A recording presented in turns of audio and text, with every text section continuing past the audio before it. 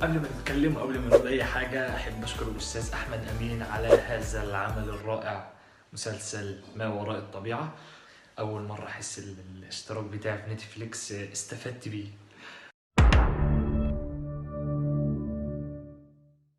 قبل ما نتفق هنعيش ازاي وحياتنا هتبقى عامله ازاي بعد المسلسل، لو انت لسه مشفتش المسلسل روح اتفرج عليه وهقول لك ليه في الفيديو الجاي. بس نصيحتين قبل ما تتفرج على المسلسل: الاولى، لو انت من محب سلسله ما وراء الطبيعه للكاتب احمد خالد توفيق، فما تربطش المسلسل ربط كامل بالسلسله ديت، لان المسلسل كالعاده مقتبس حاجات بس من السلسله وفي حاجات متغيره، فما تربطهمش ربط كامل، وتعامل معاه على انه مسلسل منفصل تماما علشان تحبه. تاني حاجة، كان عمرو سلامة منزل بوست عن انك تعمل ايه وانت بتتفرج على المسلسل ده، لان المسلسل خطير الصراحة.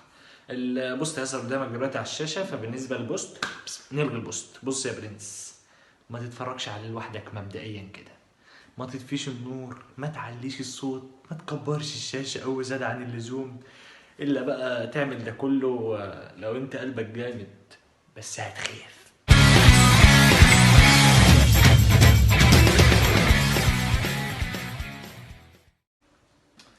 خمس حاجات هتعملهم او خمس حاجات هيعرفوك ازاي تعيش بعد ما سمعت المسلسل ده.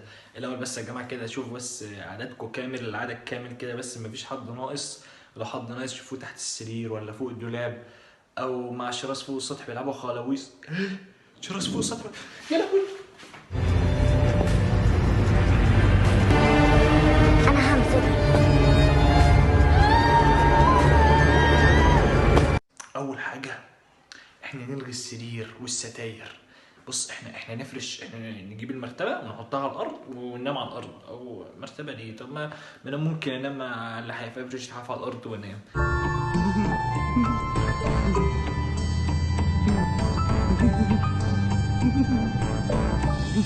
تاني حاجه بقى، ما تدخلش اطفال البيت. ايوه زي ما سمعت، وحتى اطفال ولاد اختي ولاد اختي صغيرين ما تدخلش حتى ولاد اختك، ما هو كلهم بيعملوا ازعاج في الاخر. وبصراحه بقى كده انا مش ضامن الاطفال بعد ما سمعت المسلسل.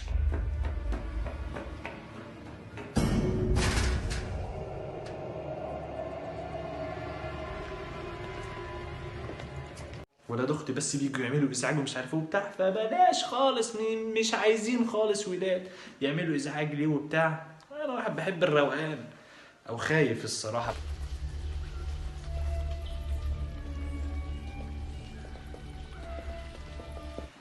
تالت حاجه بقى، لو حد قالك ما تيجي تلعب معايا وهتروح، ده ممكن يكون ده فخ انا شيروز، تحبوا تلعبوا معايا؟ ويوقعك فيها برنس. وبالذات لو قالك تعالى نلعب خلاويص.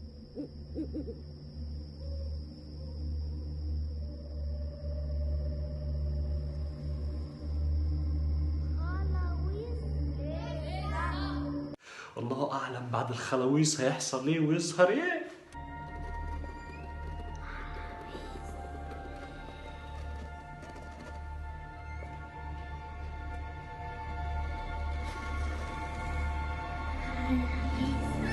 رابع حاجة وأهم حاجة، أنا عارف اللي أنت مش بتعرف تنام. بالنسبة للنوم بقى، مش بتعرف تنام وبيجي لك كوابيس بسبب مسلسل ما وراء الطبيعة العظيم.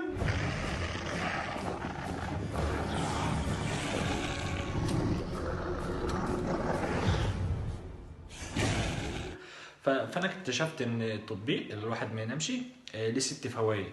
فانا مش هقولهم عشان انت لازم تثق فيا، انت لازم تثق فيا بقى عشان ايه نبقى حلوين كده مع بعضينا ايها المشاهد الجميل. فطبق، انت ما تنامش، انت هتنام ليه؟ يطلع لك عفريت؟ لا انت طبق، ليه 6 فوائد. ليه 6 فوائد. نيجي بقى لاخر حاجه ونقول ده مبدئيا مش ليك ايها المشاهد الجميل، ده بقى لصناع الاعمال في مصر.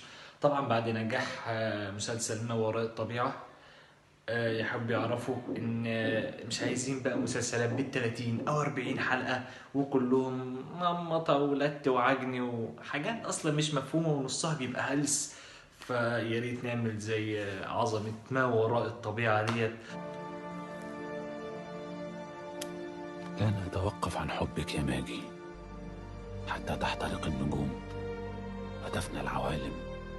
استنى قبل ما تقفل الفيديو ما تنساش تعمل سبسكرايب للقناه، تعمل لايك للفيديو، تعمل شير، وبس كده. السلام عليكم.